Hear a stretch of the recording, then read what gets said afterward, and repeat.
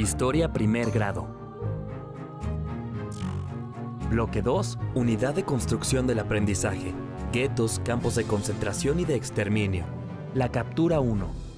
Mi nombre es Janusz.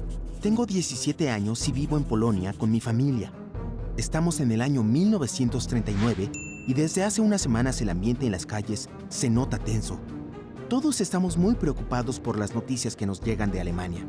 ¿Cómo empezó todo esto? Yo no lo tengo muy claro, pero según lo que sé, en el Tratado de Versalles, los alemanes tuvieron que reconocer que fueron los culpables de la Gran Guerra de 1914 y se les obligó a regresar territorios, como el de Polonia. Además, están obligados a pagar una cantidad enorme de dinero. Todo esto dejó a Alemania en una crisis económica profunda, pero también una crisis moral y un gran resentimiento hacia el resto de Europa.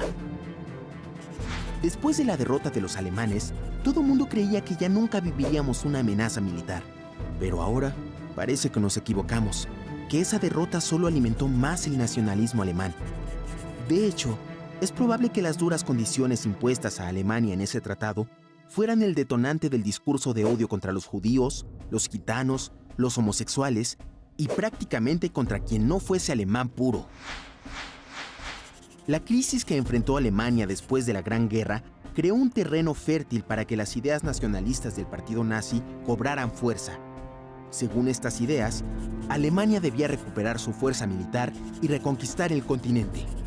Pero además, alimentaba el odio hacia grupos específicos como los judíos, a quienes culpaba de todos los males que aquejaban al país.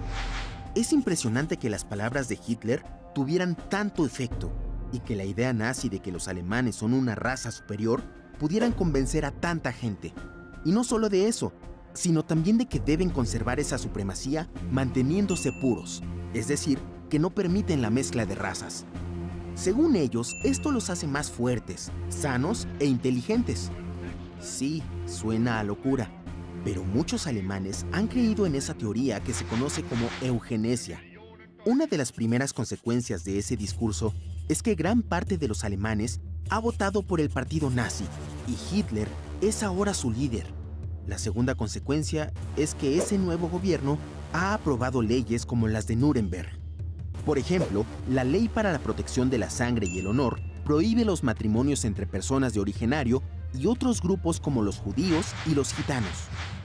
Pero ese fue solo el principio. Este fenómeno ideológico fue cobrando fuerza, y aunque en Polonia no podíamos creer las noticias que nos llegaban de Alemania, con el paso de los años nos enteramos de que se fueron aprobando otras leyes en contra de los judíos. Leyes para prohibirles ejercer ciertas profesiones, luego para despojarlos de su patrimonio, sus trabajos, sus propiedades y peor aún, de su derecho a votar, a circular libremente, entre muchos otros atropellos. Hasta hace poco, los judíos eran parte fundamental de la vida económica, cultural, científica y hasta política de Alemania, y en general de Europa.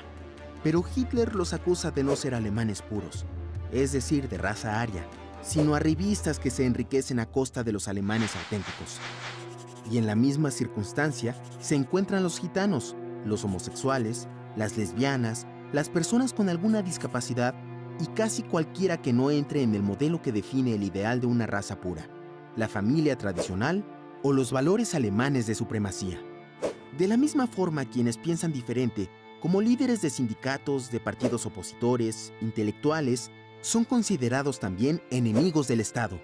Por eso no es de extrañar que en los últimos años millones de personas, principalmente judíos, hayan huido de Alemania hacia Estados Unidos y otros países europeos como Reino Unido.